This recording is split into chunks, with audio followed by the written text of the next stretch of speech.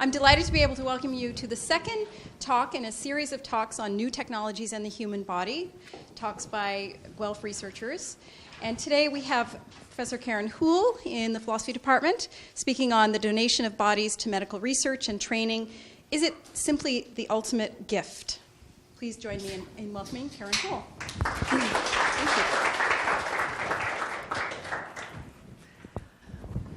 Thank you very much. It's a pleasure to be here. Thanks to Monique for asking me. So this work is ostensibly part of a SSHRC Insight grant that I haven't made much headway into, and we can talk about that in the question period if you want to. But these were my initial ideas. So here it goes. Orientation, two tales. The donation of human cadavers to health research and education in Canada is an unusual phenomenon which many of us probably don't think too often or too closely about, but are vaguely aware takes place and probably nearby. Some of us might have talked to our doctors or family about it, or read a brochure in the Driver's and License Bureau while waiting for a plate renewal. Some of you have decided to sign a donation card. Some of you have decided not to sign a donation card. Those of you who have will likely have formed the belief that donating your body to medical research and teaching after you die is simply a good thing to do. Whatever your reasons, you formed them and have decided to sign or stipulated in a living will that upon the event of your death, possibly after some kind of last rites or funeral, your whole remains shall be donated to a medical school, sometimes even directed to an institution of your choosing, so that future students of gross human anatomy, mostly students who hope to eventually become medical personnel of some kind or another, general practitioners, surgeons, paramedics, or physiotherapists, so that they can learn firsthand about the fantastic packed and layered organization of the inside of a human body. If you did that, there's a decent chance that, upon the event of your death, your wishes will be fulfilled, and your naked and prepped body will be a cadaver that a team of young students will meet in September and work on till just past this time of year. In the cool room around you, there will be other unnamed dead bodies, maybe 3, maybe 15, depending upon the size of the school. And around each of these will be a team of young students, and around them, the lab technicians and the anatomy instructors, walking everyone through the dissections. For another brief stretch of time, you would have re-entered the world of the living, so to speak. And at the end of that cycle, again, according to your express wishes, your remains will either be incinerated and, if desired, returned to your family in a cremation urn, and a final tribute to you may or may not take place in the form of a memorial service organized by the anatomy students who worked on you. At that service, they may finally learn about your real identity, and they may even meet your family. Second tale. In early modern Europe, before the rise of the liberal democratic states, such as the one we currently live in, dissections of human bodies were, quote, affairs of the night, covert, clandestine. Discussing the 1544 first public anatomical demonstration to be given at the University of Pisa by the renowned visiting professor Andreas Vesalius of Brussels to students of anatomy, but also to theologians, philosophers, and artists, Don McCants notes how curious it is that, quote, what is handled surreptitiously one day calls on the next for the attention of all onlookers. Getting the body to the anatomy theater was done in the dark and done in secret, even though the final destination of that particular body was, quote, to be center stage of a very theatrical performance. Then, as in now, some aspects of medical learning were seen to not be able to proceed without a cadaver. And then, as now, there was a chronic shortage of supply. So who was that inaugural cadaver? And how did it get to the dissection room in a university in Pisa? The body was the body of a nameless nun who died at the hospital of Santa Maria Nuova in Florence, was, quote, procured stealthily, and then sent down the Arno River from Florence to Pisa under the cover of night in a, quote, crude chest. These are some of the technical details. But what do we know of her beyond this? Nothing. Does her name appear in the story? No, only her body. This is not so much different from the fate of other individuals now who then, after death, would have been used as material upon which anatomy was practiced. Quote, poor farmers, murder victims, dead soldiers, and victims of natural catastrophe. New graves were often robbed, and publicly executed felons were legally handed over to surgeons after their brief stint at the gallows. Wretches who have no relatives or friends, were released by the morgue to the universities. And this is not so very different from the current practice where, for instance, at the University of Tennessee's Anthropological Research Facility, ARF, which primarily studies postmortem change, particularly the decomposition of the human body, for forensic training, and where, quote, historically, many of the bodies acquired by the ARF have been unclaimed bodies released by medical practitioners. Does the hospital of Santa Maria Nuova give us any more clues about how she ended up in Pisa? Well, it was one of the earliest public hospitals in Italy. And about 30 years earlier, Leonardo da Vinci had interned there as an artist in the hospital.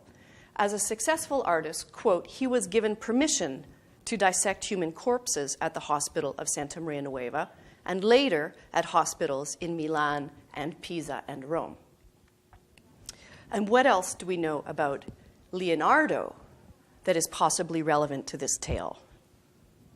For one, he was in the lifelong employ of his wealthy and powerful benefactors, the Medicis, who ruled Tuscany for about 200 years through the Sequecento. And much of his artistic talent was bent to their wishes that were often baldly political. Consider this.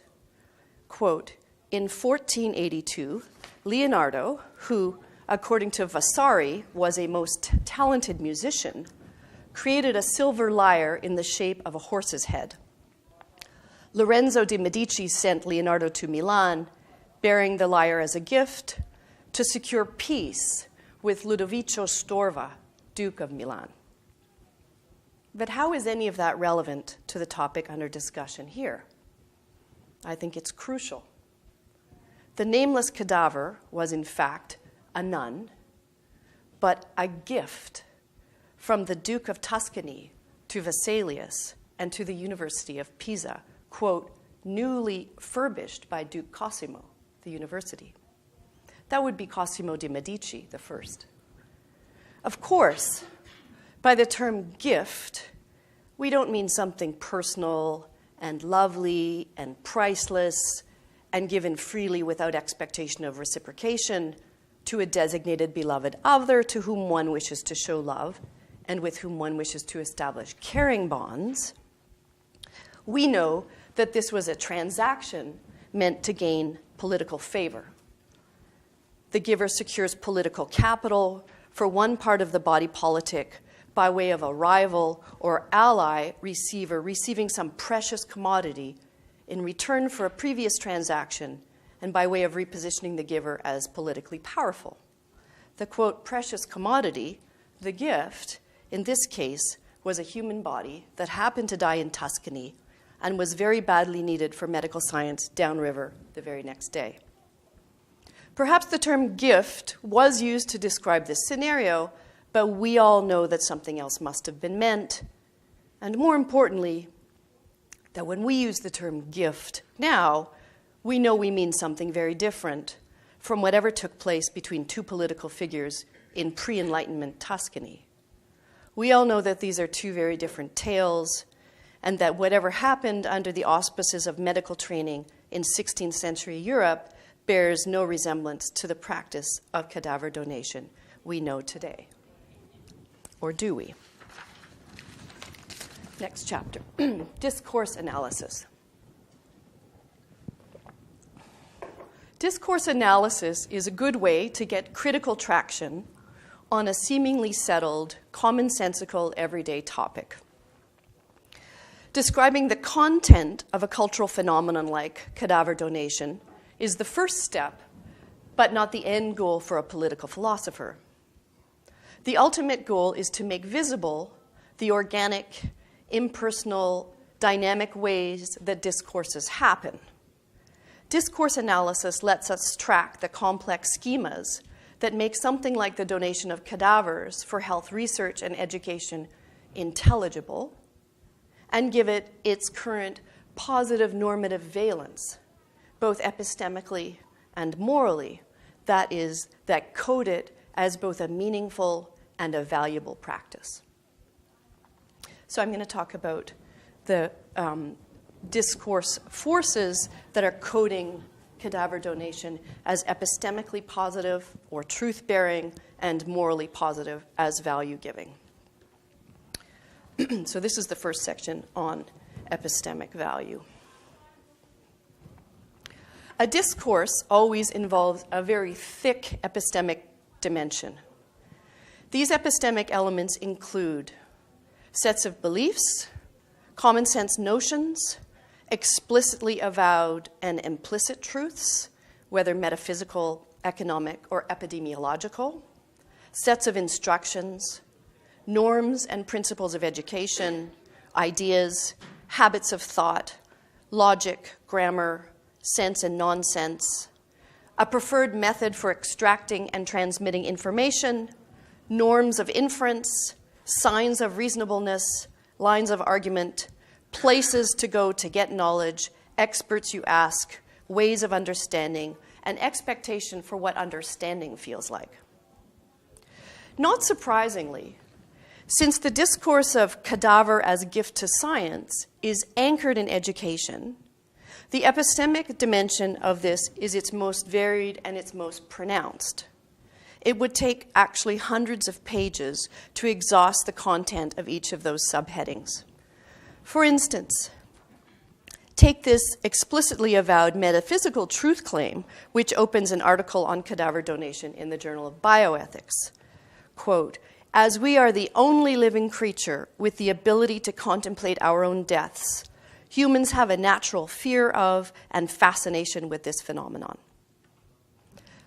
Consider another ratifying background belief about hands-on pedagogy. Quote, "When faced with the question of substituting computer simulations for cadavers, most people, both physicians and non-physicians, react by stressing that simulations could never offer the appropriate hands-on learning to work successfully. It does indeed seem almost inconceivable that a computer application could allow a surgeon to realistically practice the intricate physical movements necessary for, say, a medial visceral rotation. We would feel uncomfortable if our pilots had only trained on flight simulators, and we would feel similarly unnerved by a surgeon who is trained only in virtual realities." What these two examples and the content of those hundreds of pages all attest to is the positive relationship that is presumed. Hello? All right. This was a good sentence, so I'm going to reread it. Hold on, I'm going to just ask.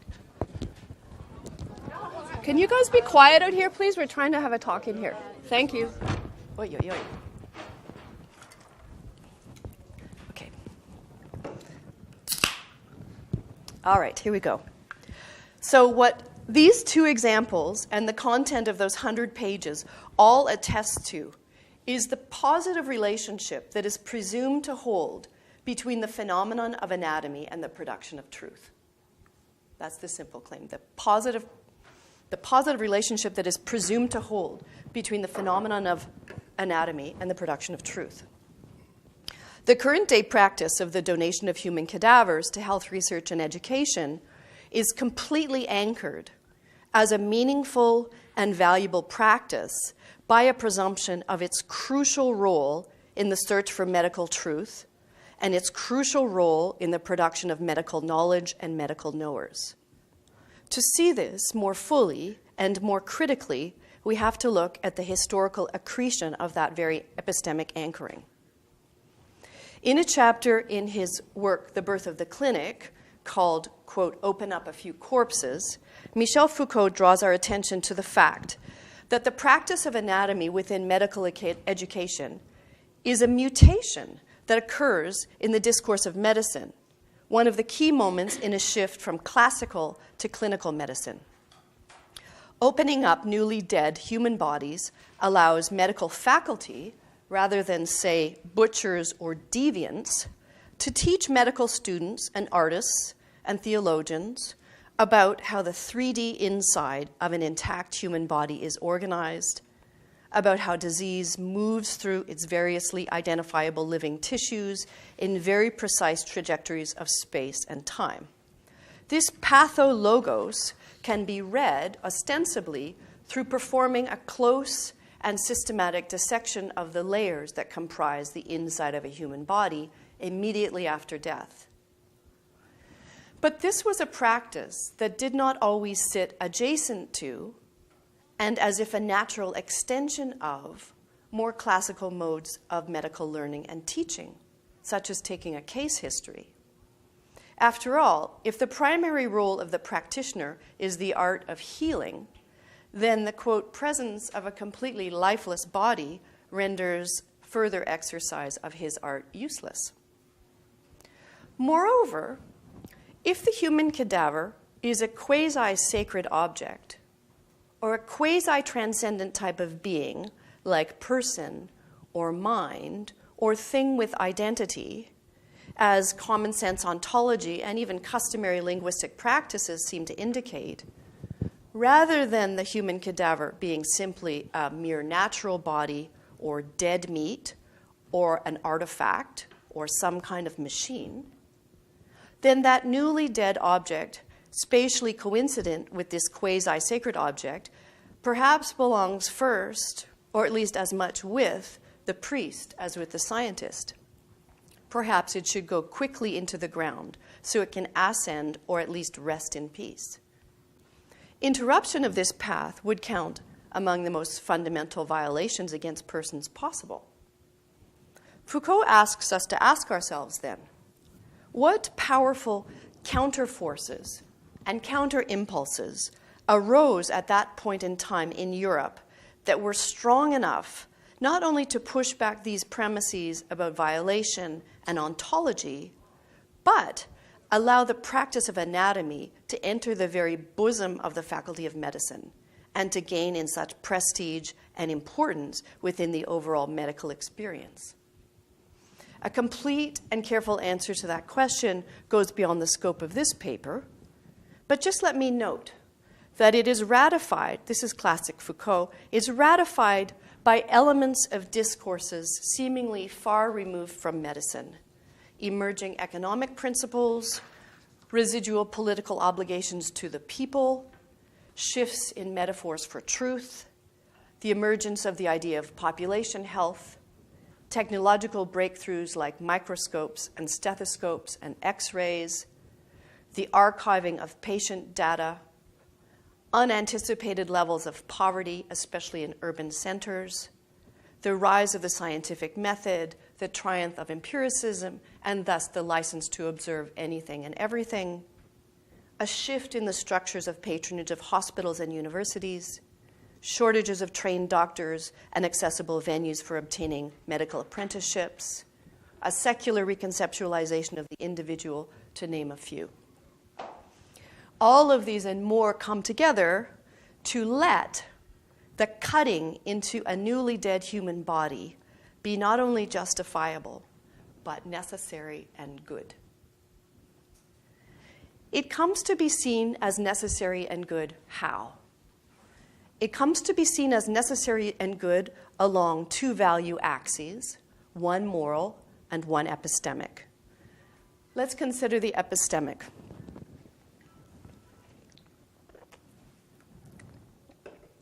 First, because of its presumed relation to truth. Cadaver dissection began to be seen as, quote, this is interesting, the only way to obtain absolute proof of whatever the living person had been claiming was true about them when they had been alive. That it was pregnant, or that it was a virgin, or that it was dying of a lung ailment. Quote, historically, dissection of the human cadaver has always been one of the key steps in a medical student's training, offering a unique opportunity to learn about the organization of the human body. So, and that's a really rich phrase. It's not just that they learn about the organization of the human body. Is there something to be learned about that body through that action that presumably can't be learned or verified by any other method? The next section is called More Than Medical Truths. A broad-band epistemic valency attaches to gross human anatomy that exceeded any other form of bodily knowing. And it was because of this valency that former prohibitions were overridden and the practice got sutured right into the heart of medical training, where it still sits today.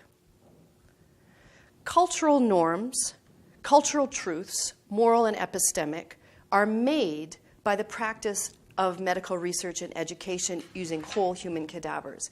And these statements far exceed empirical truths about the health of any one body on any single stainless steel lab on any lab bench. So there's these broader truths or statements that are actually made by the act of dissection. The gesture of dissecting the dead contributes to the settling of more than medical questions. What Foucault invites us to notice is the, quote, amazing ideological isomorphism modern medicine has. Ideological isomorphism modern medicine has. What he means by this is that it is through medical experiences that various political, ethical, and metaphysical claims get to be stated as if true and coordinated together. For instance, notice how epistemic and moral streams converge.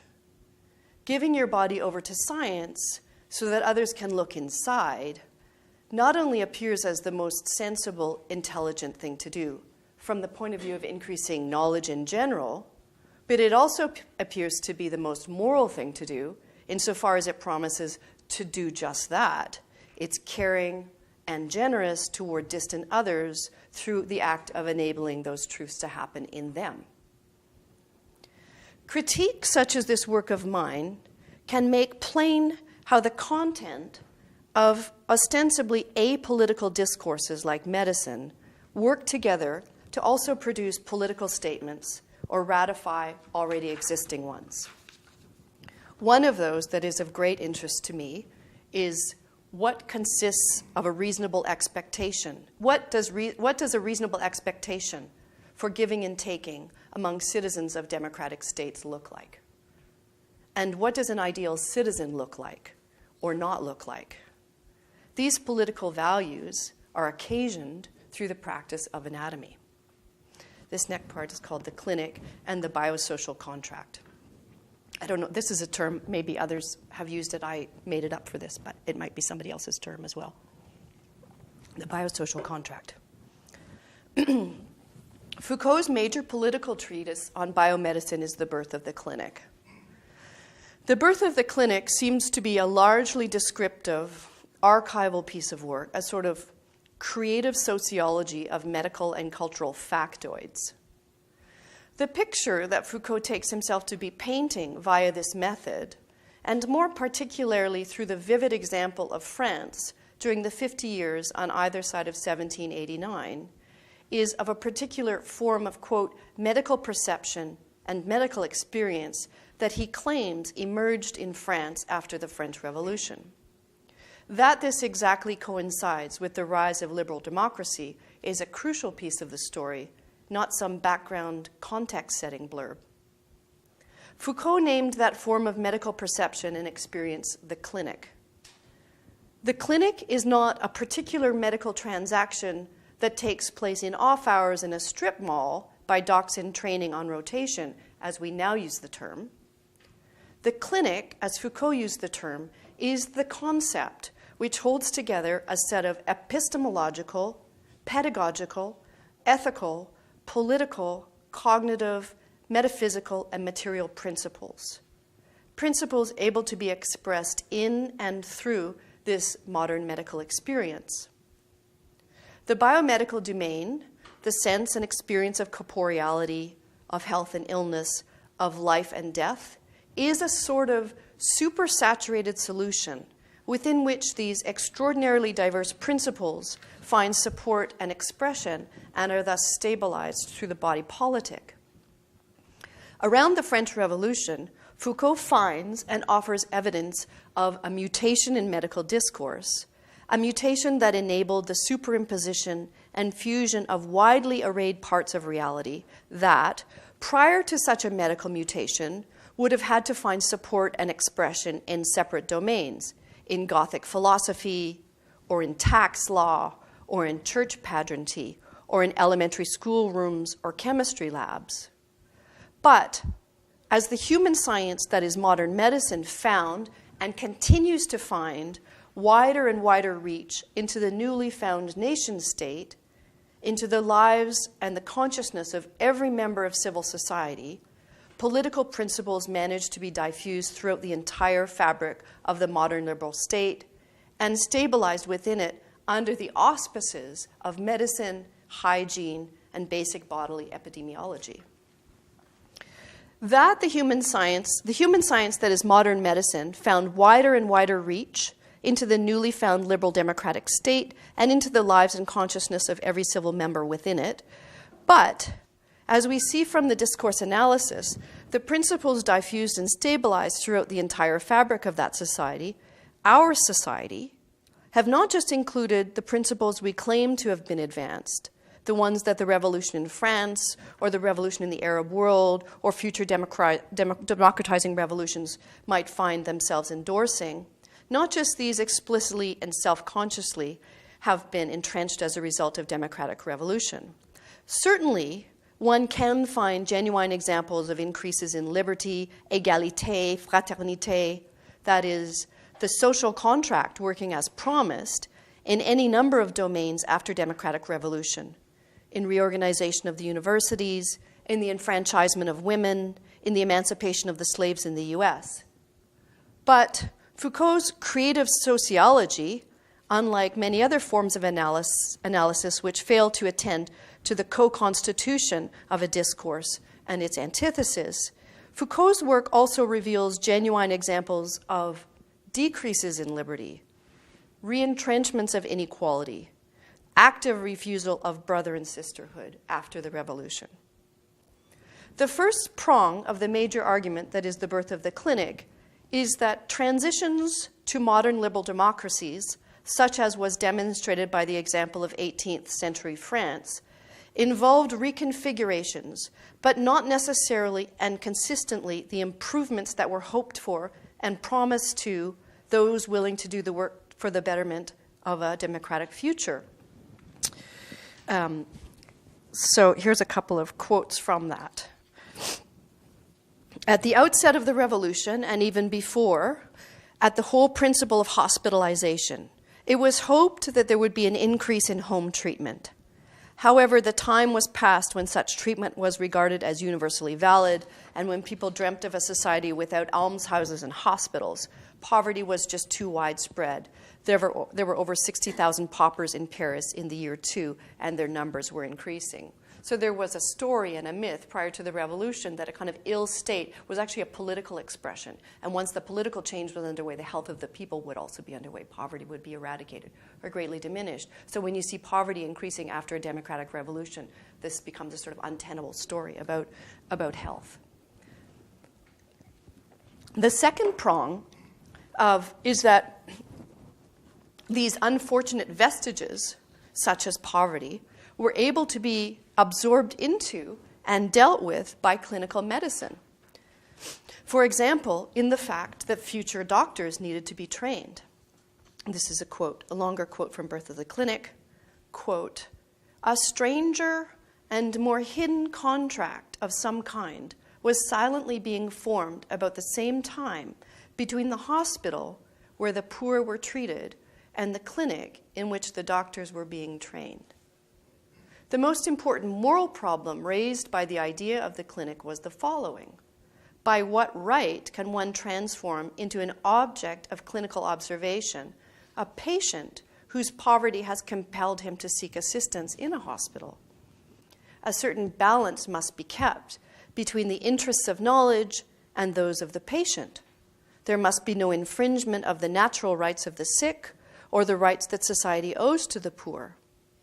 The domain of the hospital was an ambiguous one, theoretically free, and because of the non-contractual character of the relation between doctor and patient, open to the indifference of experiment, it bristled with obligation and moral limitations deriving from unspoken but very present contracts binding man in general poverty to its universal form. The clinic then offered a site for the civic gesture of generosity and reciprocity. Quote, "The history of the illness to which he is reduced is necessary to his fellow men because it teaches them by which ills they are threatened. If he refused to offer himself as an object of instruction, the patient would be guilty of ingratitude because up to that point he would have enjoyed the advantages resulting from sociability without yet paying the tribute of gratitude." So you see the story. Somebody has very little to give, and here's something that they can give, having been the recipient in this nation state of the sociability. Also, in an interesting way, it meant that this arrangement ensured that everyone, even the destitute and the poor, could contribute. So here's an interesting mark about that. Explaining how the maternity clinic at Copenhagen functioned, de Mongeau asserted, against all objections of modesty and discretion, that only unmarried women or those who claimed to be such were admitted. And he says, "It seems that nothing better could be imagined, for it's precisely that class of women whose feelings of modesty are likely to be the least delicate. Thus, this morality disarmed and socially so dangerous may be of the greatest possible use to honorable families. Morality will find its reward in that which flouts it, for the women, quote, not being in a state to exercise beneficence, can at least contribute to the training of good doctors, and in that way repay their benefactors with interest." Foucault's darker point, and the point that concerns the current practice of cadaver donation, and hence ourselves, is not that the installation of this version of the social contract was unfortunate, but a remedial residue of the ancien regime that didn't quite manage to be wiped out, but would have had the revolutionaries been smarter or more effective. His deeper point and his darker point is that these anti-democratic, anti-egalitarian, and non-citizen types like unwed mothers, shell-shocked soldiers, and homeless people are in some important way constitutive, ubiquitous, and a non-disavowable part of the fabric of the modern liberal world. This is the same world in which we currently find ourselves as non-poor, benefiting from the partial emergence of the promises of the Enlightenment, but also within which we're able to constantly retell and tell a story of progress that effectively masks and silences the presence of these other moments of non-enlightenment, and hence enables us to attract our attention away from the lives not so very ameliorated by the changes. For instance, most Aboriginal people in Canada living on reserves. Okay, now I'm going to turn to the second part, which is about moral values. A discourse always involves moral values. Discourses are vehicles for the production, circulation, and administration of norms of virtue and moral comportment, of a sense of right and wrong, of examples of good and bad. Discourse enables the penetration of such meaningfulness throughout social reality, not just by way of a loose collection of items and persons and dictums. Everyone involved with cadaver donation and use for education readily admits the fraughtness of the moral terrain on which it treads. Concern is expressed for, quote, psychological and physical harm that often befalls anatomy students, nausea, fainting, loss of appetite, nightmares, horror, anxiety, upsets, intrusive visual images, depression, and long-term difficulties. Concern is raised that what appears to be good and fair from one angle, paid donation, can turn out to be very bad from another. There's a quote that says, there's a discussion about whether donations should be paid or fully voluntary. So it's recognized that paid donation could exploit the poor, commercialize the human body, deter altruism, and retard the progress of living-related and cadaver donation programs. Concern of a moral character is voiced that, faced with chronic undersupply of bodies for study, healthcare professionals might employ modes of manipulation with their patients, thus compromising the exercise of their autonomy being the reigning principle over which we govern our lives. Moral debate takes place about the quality of care available between future physicians and future patients. If during the learning of human anatomy, physicians in training are expected to deal with their trauma and anxiety by learning techniques of high-order rationality, sarcasm, emotional disengagement, and desensitization, rather than more humane approaches and coping styles faced with dead people in the lab. Finally, more pronounced than any of these other concerns, quote, much ethical debate has centered on the treatment of the bodies following donation. Several studies have concluded that virtually all institutions that receive human body donations report concern for the ethical treatment of cadavers and emphasize this concern to all incoming students, including that unethical behavior of that kind will not be tolerated. So that's just a kind of compendium of the kinds of moral concerns that tend to be expressed around the practice, and by far the highest note is struck around the unethical behavior vis-a-vis the donors. So this section is called the narrative of the gift. The most pronounced value-laden narrative that weaves in and out of the entire discourse is the narrative of the gift, of donation, of health philanthropy. Though not without its detractors, metaphors of gifts appear across a wide band of current biomedical practices: blood donation, organ transplantation, egg and sperm donation, in vitro fertilization, surrogate motherhood, and of course the donation of whole bodies to science. The gift narrative, or the use of gift-related metaphors and terms like donor, has immense appeal precisely because it ushers into the discourse and animates the principles of altruism, sharing, generosity, selflessness, gratitude, and reciprocity. Moral principles which have the power to respond to and alleviate many of the practical, moral, and psychological difficulties I mentioned above. The basic animating belief is that what is freely given, whether one's vote, one's blood, one's sexual act, or one's body after death, is not only an intrinsically good act, but can and will contribute to wider social cohesion and deepen our sense of collective responsibility in ways that what is demanded, obliged, legislated, or simply bought cannot. Gift talk can encourage giving and thus steer clear of the cutthroat nature and imaginaries of the marketplace, of the dehumanizing commodification of and trafficking in what is seen to be, or what is seen to ought to be, beyond price.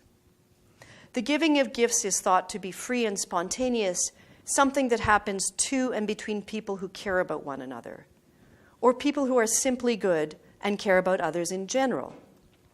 In avoiding talk of compulsion, price, tyranny, obligation, institutional duties, and civic requirements, the gift narrative manages to make these cultural spaces, these relations, and these acts, even those needing cutting-edge clinical technoscience, feel shot through with old-fashioned values and admirable intent: choice, equality, real care for one another as co-members of a civilized society.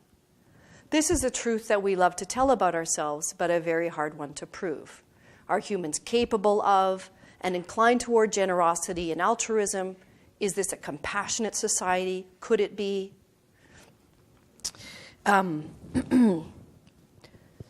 While it's unlikely that any single empirical study could settle that question once and for all, notice how a culture that devotes a massive amount of time, money, and attention to study the topic of our moral character underscores the fact we are the kinds of beings who are concerned with value, who take value to be valuable. Thus, the human life sciences, whatever their particular conclusions, are able to affirm on a meta level the very thing under question. But even more subtle is the, quote, evidence offered by the example of medicine itself. Consider the seemingly settled truth that medicine in its broadest sense, public health, healing, hygiene, is just a good thing, that the medical arts are just noble, and that then contributing to medical research is an unqualifiedly virtuous act. A clincher to the story about basic human goodness can come from voluntary cadaver donation programs. I use that term clincher from Marcel Mauss. So a clincher gift is the one that really settles the question about whether this is a gift. So the clincher, or a clincher to the question about human goodness, can come from voluntary cadaver donation programs. This is because in making a gift of oneself after death, one gives what one can in no way be present to receive any compensatory gesture from. Thus, one can never, as Mauss argues in his classic work, nullify the gift and render it thus merely a transaction in disguise, like the gift of the nameless nun from one duke to another. Highly valuable cultural truths about moral character and unsettled questions about the degree to which human beings are capable of being moral merge and are consolidated on the field of medical research via the gift of life narrative and the chance to give one's entire body. Moral and political anxieties within the domain of practice itself are clearly alleviated by framing the donation of human cadavers as a gift economy. So this is some information that I've gleaned from some sort of within the anatomy practices. So there are moral anxieties that seem to be alleviated by framing those behaviors and practices under a gift narrative. So here's some examples. Quote, one way of encouraging respect in the anatomy room is to use the word donor rather than cadaver or corpse. The term donor connotes positive and selfless acts. We believe that the term donor is appropriate for an unclaimed body as well as a conscious gift made by a living person of his or her body. A donor can and should be used in the laboratory for the sake of uniformity, even though the term is not technically accurate. So there's a very good example of you don't actually have a donor. You have somebody who happened to die and didn't will their body, and yet the recommendation is that they be called a donor, a giver. This narratival framing, of course, makes the anatomy students the receivers of the ultimate gift, a gift of special magnitude, the recognition of which is said in turn to be prudential, because they come to see it as a duty not to waste or squander such a magnitude of gift. And it's also considered to be therapeutic, to wit, a majority of bioethicists recommend and a majority of anatomy schools operationalize the recommendation to undertake, quote, practices of memorialization of individuals who donate their bodies for medical education. This is true. These are typically public ceremonies that happen at the end of the lab course cycle. They can be held in the laboratory, in the presence of the volunteers, or in a nice room typically used for such events on campus, like War Memorial Hall, where every year, quote, the celebration of life and learning is organized that involves each year's anatomy class along with the graduates, donor family members, U of G community members, and others. Whether this ceremony involves a chaplain and prayer or not, or flowers and incense or not, or song and testimony or not, or even the presence of the donor's family, the central thematic of all these memorial services is to express thanks for the gift by way of some symbolic return. when students reveal their appreciation of the donors and the loved ones' sacrifices, when they respectfully acknowledge the dignity of the gift and the giver, families' anxieties about donation or the use of cadaver are often relieved. A student who helped organize the ceremony began by stating why they were gathered. She says, quote, "to thank the donors and their families for this last gift of their physical selves so that we could learn in turn to help others." These rituals and these gestures could be said to fulfill what Mauss identified as the third and final obligatory action in a gift cycle, which is the giving back. Whatever is accomplished by any particular component of the gift thematic, the main point I'd like you to note is that it is a moral dimension. It's not simply a word we use. And also that it's the dominant positive normative chord of this discourse.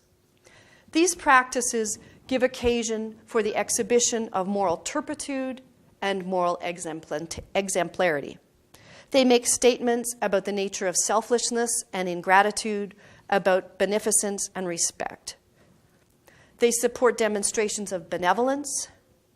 They offer models for lives worth living, both from the perspective of young professionals, i.e. the worthy recipients of such gifts, and from the perspective of the dead. The dead in the lab are the direct targets of the duty to respect, and they earn this insofar as they stand as models of lives that were worth living. The cadavers appear as the kinds of beings, this is crucial, the cadavers appear as the kinds of beings who must have lived the right kind of lives. Lives that once had enough wherewithal to keep their bodies in fairly good shape, and with enough wherewithal to undertake a decision to do something for others with their accrued biosocial capital. Finally, and relatedly, this phenomenon makes moral statements about waste, desert, merit, recuperation, maximization, utility, and lost opportunity. This is one of the main messages hammered home to the students who receive the cadaver as their learning platform. Do not waste this opportunity. But that message leaks toward all other parts of the politic and back in time. I think that it states that if lives or blood or bodies were once wasted, and yet while those lives were living, they had enjoyed the benefits of a social network, including health care, then those lives or bodies might still be, and in fact morally ought to be, recuperated in some way. This is just my conclusion. There's a lot of threads in play, but I hope you can sense how these actually tie together. So here's the conclusion, and it's called Whose Deaths Count? 2 more tales and a hidden link. 1.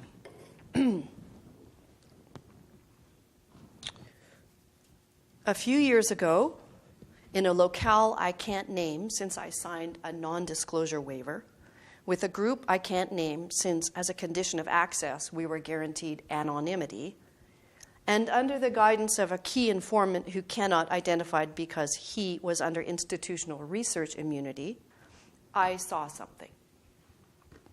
It wasn't hidden from view. It was out in plain sight. All the same, nobody on the tour talked about it, not then and not after, at least not to me. At the time that I saw it, I was supposed to be doing something else. What was I supposed to be doing? Looking at weird fetal things in jars on a shelf behind the tour guide in a forensic lab at some medical school somewhere in Canada. Rather than that, what did I do? I looked to the left and I looked downward and I moved in for a closer look. What did I see?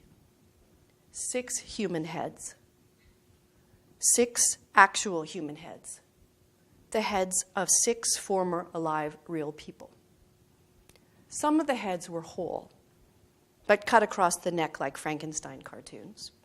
Some of them bisected down the nose. Some of them bisected through the ears. That's a dorsal slice. One of them was cut in quarters like an orange. What were they doing there? Serving as a crucial, non-simulated learning platform for cranial anatomy.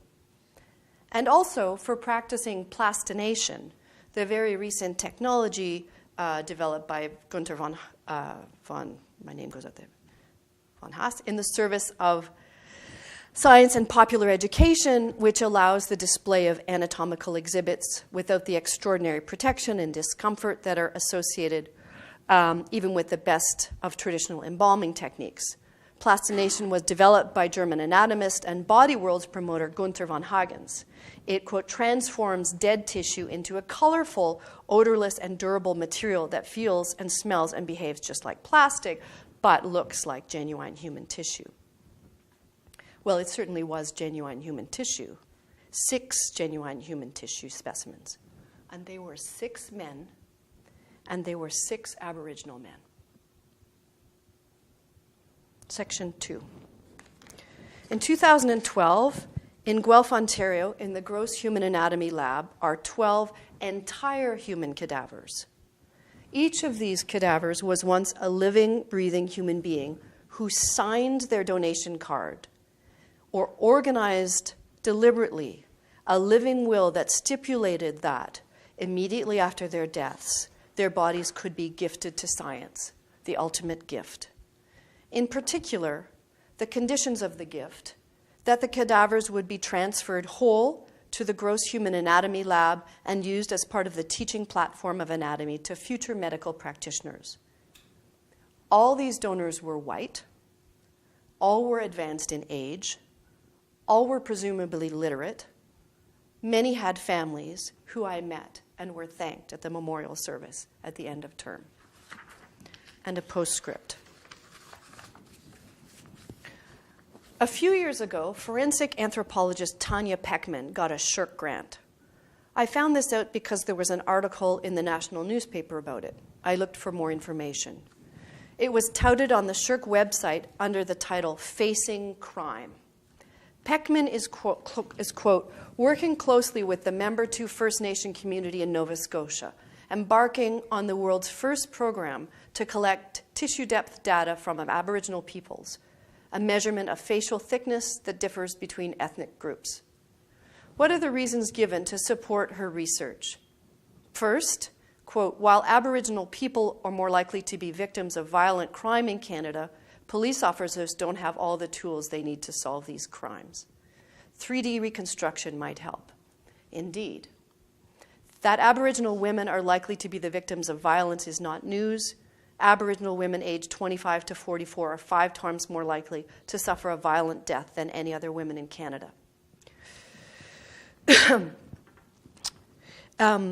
Native Women's Association of Canada has documented more than 500 cases of Aboriginal women who have gone missing since 1960. Half of the cases have never been solved, said RCMP Commissioner Bob Paulson. Quote, the RCMP is keenly aware that Aboriginal people face considerably higher risks of violence and homicide. The agreement with the Assembly of First Nations is a positive step forward, one which we hope will help change this sad reality. Says Peckman, quote, we want to put a face to these individuals because they're not unknown. They are somebody's sister or somebody's daughter, and they deserve to be found. Conclusion. I'm not against the donation of bodies to science. I'm not even arguing that this narrative is right or wrong. I couldn't get to a vantage point that would let me decide that. But narratives do make the phenomenon appear in quite different ways.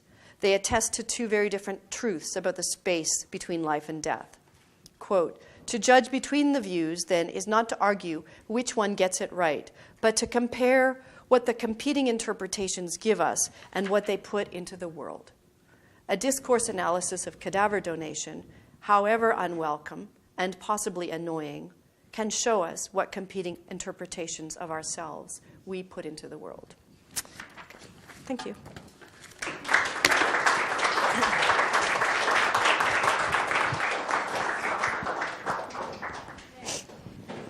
Right. 20 minutes for Q&A.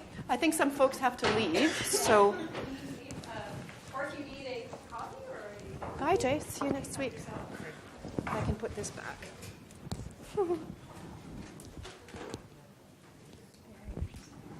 Thank you. Yes. This isn't really a question of any seriousness at all, but I do spend more time thinking about my death than than I probably should. This time of year. Is it on? Okay.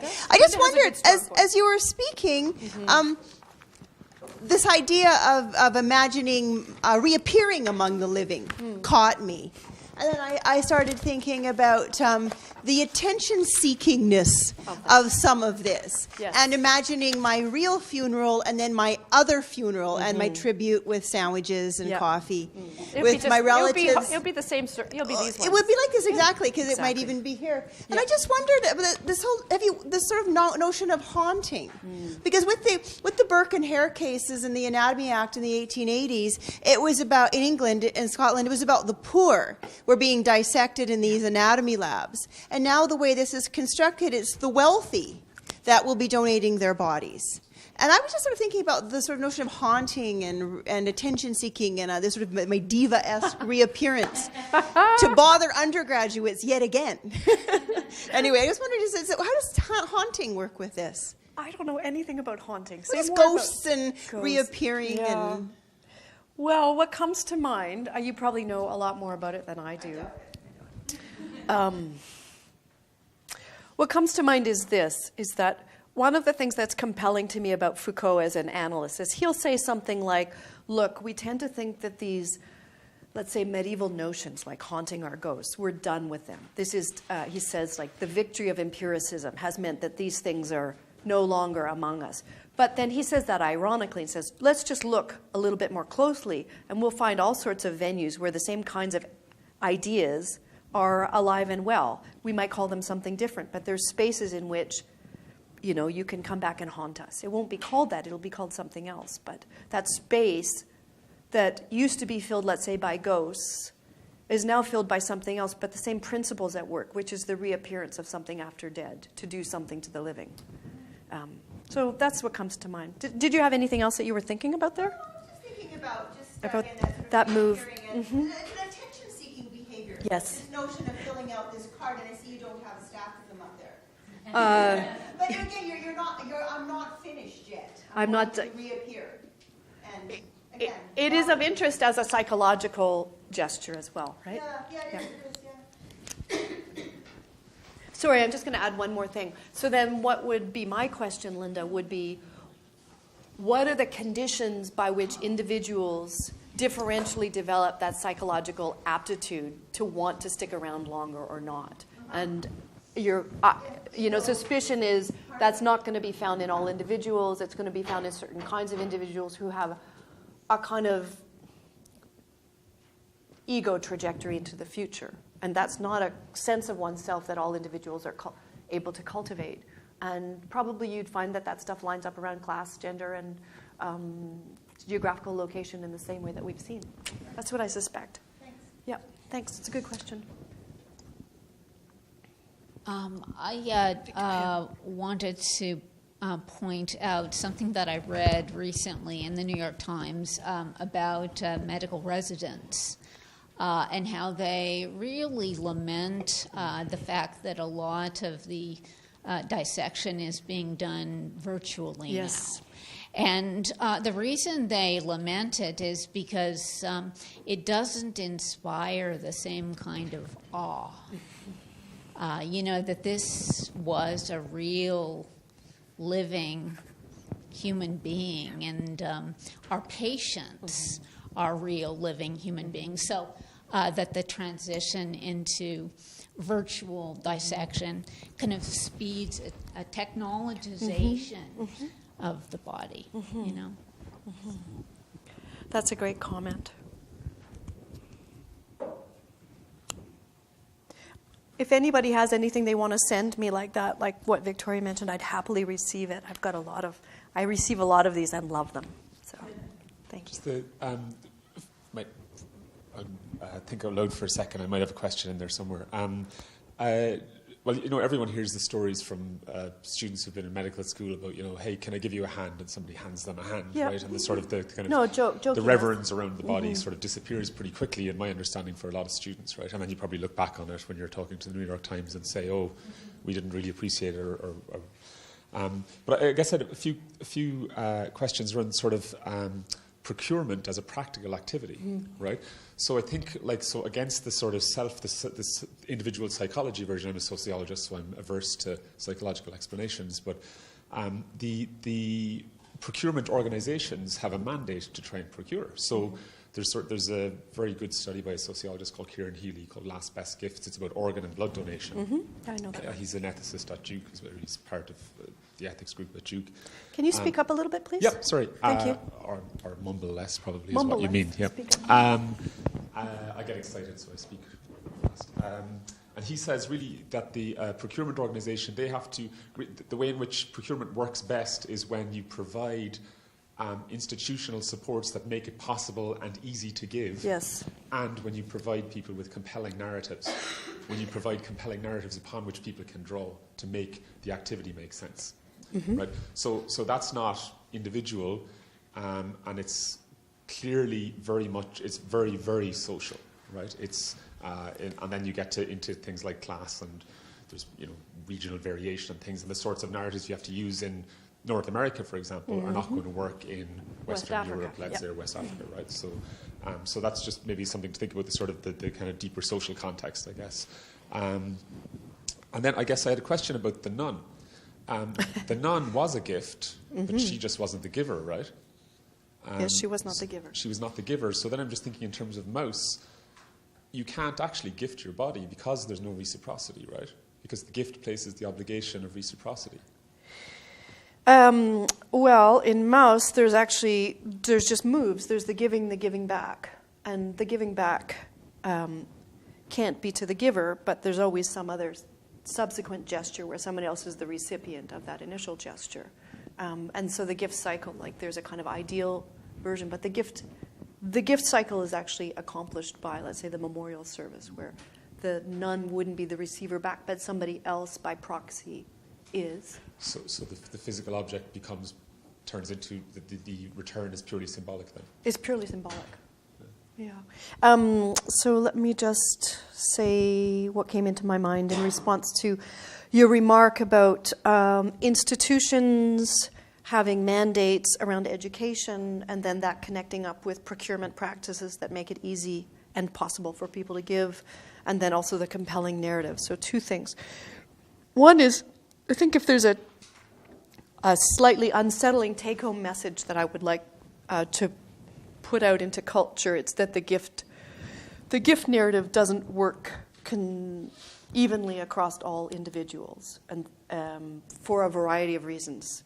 Some individuals would like to give but cannot, like queer men, for instance, giving of blood.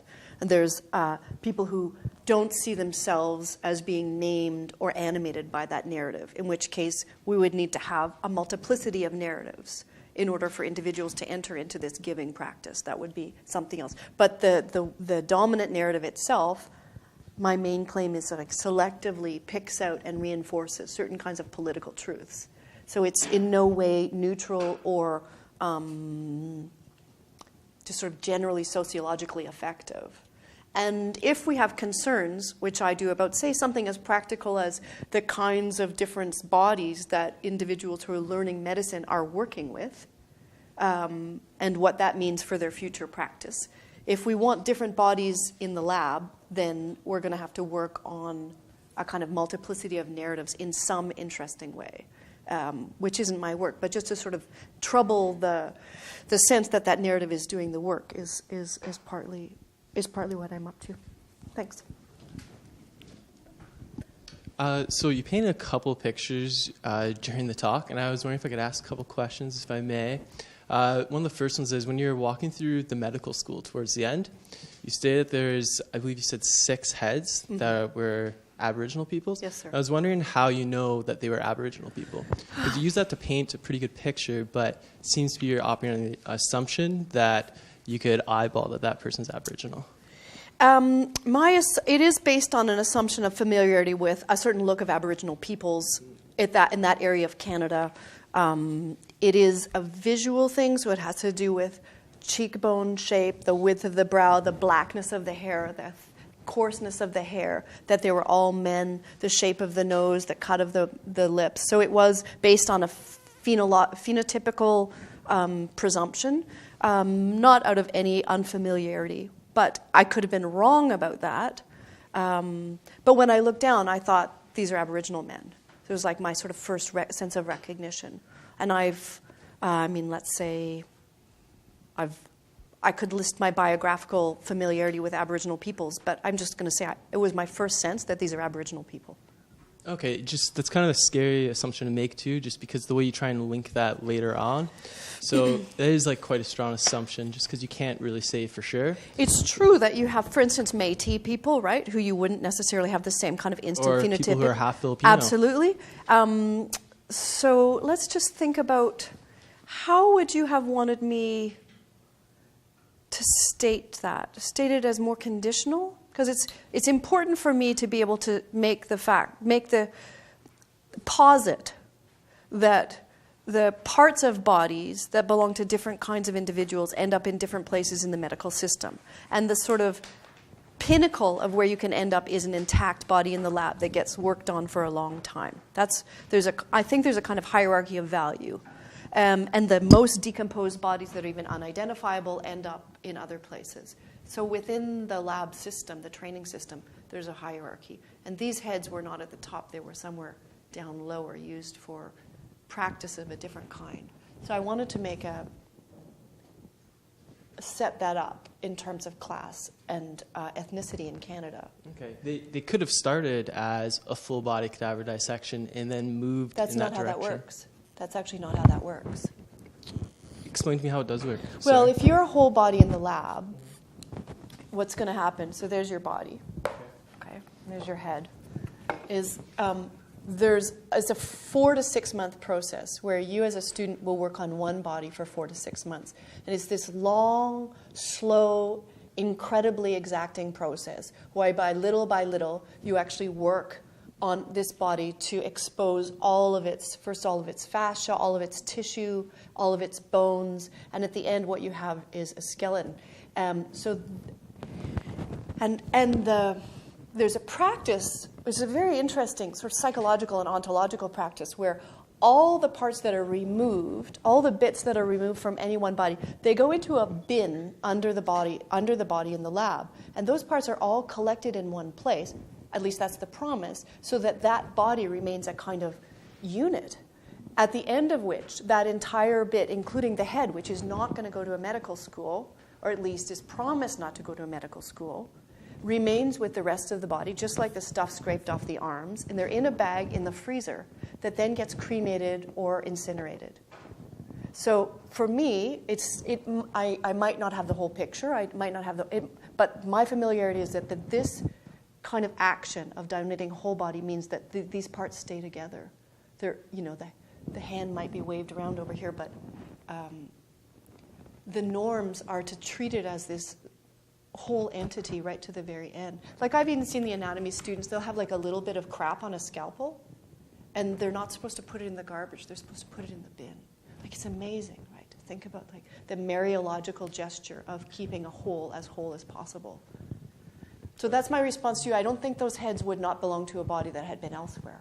Because there could be someone specializing in cranial anatomy in one side of the room, and the other side, person specializing, let's say, the heart. So I'd argue that you could still be a whole body, just in different areas of the room, but as long as you know where that all belongs. That also tends not to happen in the anatomy lab. It might happen in a different section where they're studying, hearts or lungs or lung disease or toes. But those bodies and those body parts are like under a different kind of gesture than the whole body donation and what's happening. It's true, there's different parts where you study. You could study a whole bunch of hands or a whole bunch of ears. But if that ear came from a body that had donated their whole body, those ears would be with that body. Okay. And sort of my other question is... This is like 5 questions already. Sorry, I got one last quick one. So the nun, how do you know for sure she wasn't the giver? Because we're going back 500 years. That's pretty far. And I assume a lot of translations in between too. I guess I would challenge you back to say, does it seem conceivable to you that she would be? Well, I think it's hard to make assumptions, especially when you're making powerful assumptions that other people will then base their assumptions off of, because someone else is going to quote you in saying this, and then it just keeps transcending. It keeps what? I probably used the wrong word there, but it keeps going on through time. Okay, so I take your message to be that I should be extremely careful about my facts and make sure that what I'm reporting isn't in any way speculative or surmising. Or based off someone else's assumption. Fair enough.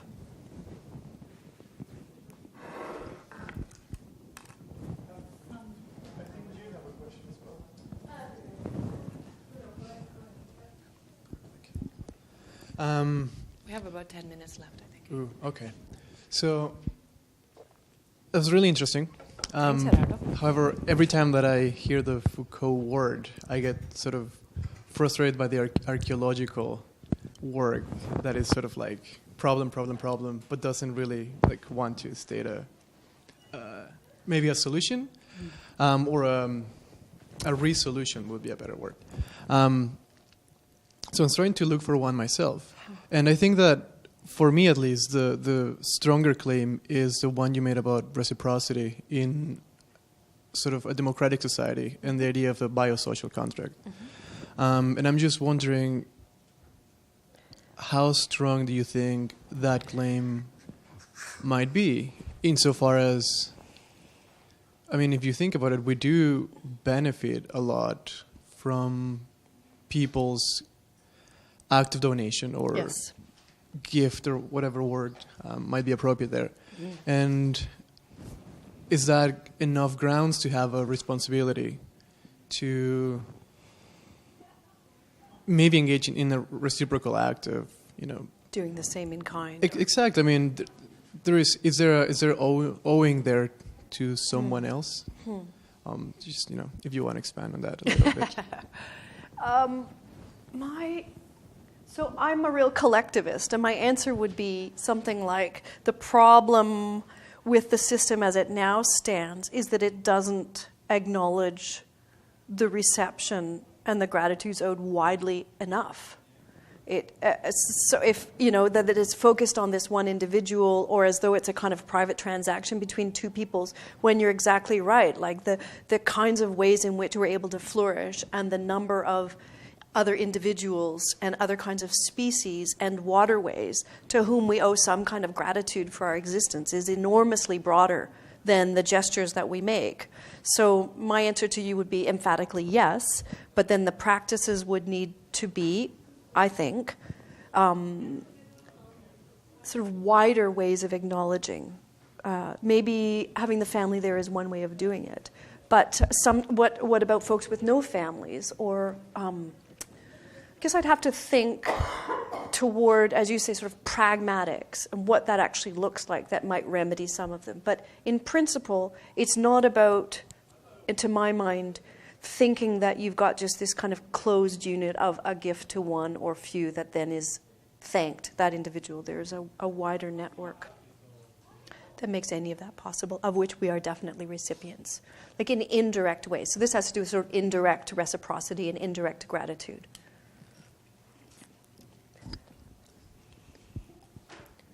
That could be worked on. There could be things done in that direction. Rachel. Hi, thanks for the really interesting talk. My question is about how people who maybe donate their bodies to science experience the medical system while they're alive, and whether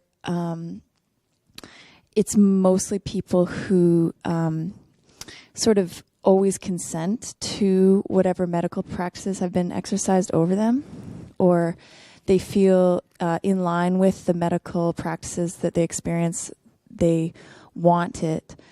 And giving their body is then sort of a further confirmation that they are consenting to the medical practice on their body. Mm-hmm. Whereas maybe people who experience medical system and treatments as sort of forced, like slightly involuntary, like necessary, would perhaps not give their body after. Or maybe it's sort of an ultimate act of submission to the necessity of medical science, the knowledge of it over the body. But have you thought about the relationship between giving your body as a cadaver and giving your body as a medical patient. Yeah, yes, and one of my ideas or my dreams is to actually interview people who are considering doing it and find out things like exactly that. What would your description of your relationship to medicine so far be, and do you see yourself as healthy or unhealthy, or what's your level of autonomy or non-autonomy vis-a-vis medical experience? I think that's really important. One of the things that I think will just turn out to be largely true, this is speculative, is that you need to have had, through luck or lifestyle choices, you need to have had a pretty healthy life to end up in the kind of condition that your body's in good enough condition to serve as a teaching platform. I mean, it's true that variations will always be found. So it looks like somebody's healthy on the outside. They apparently died of natural causes, but oh my God, they've got this weird abscess in here once we actually go inside. So nobody is strictly healthy, but the kind of intactness or no grotesque deformities or no sort of losses of parts or something sort of acutely off that then would disqualify that body as kind of the right kind of body to start with to go through the entire teaching process. So there's a way in which a kind of healthiness is already selected for, and it's possible that those individuals, for the most part, had what you call a more positive experience with the medical system or not much intervention in their lives with medicine. I don't know, that's speculative, but just looking at the kinds of, just by my eyeballing health of the individuals in there, they look like they're pretty well-preserved geezers, that have had a decent life and, Yeah, I mean... lots of golfing. Right. It could be because maybe people are constantly following doctors' instructions. They're going for checkups all the time. They're even, living out the medical norms. Yeah, that's a good question. Do you have an intuition about that, Rachel? Yeah, I think if you really don't trust the medical system, you would definitely not do that. You're not going to ghost. You're not going to haunt it any longer. Or show off. That's right. Deal with me. Deal with me.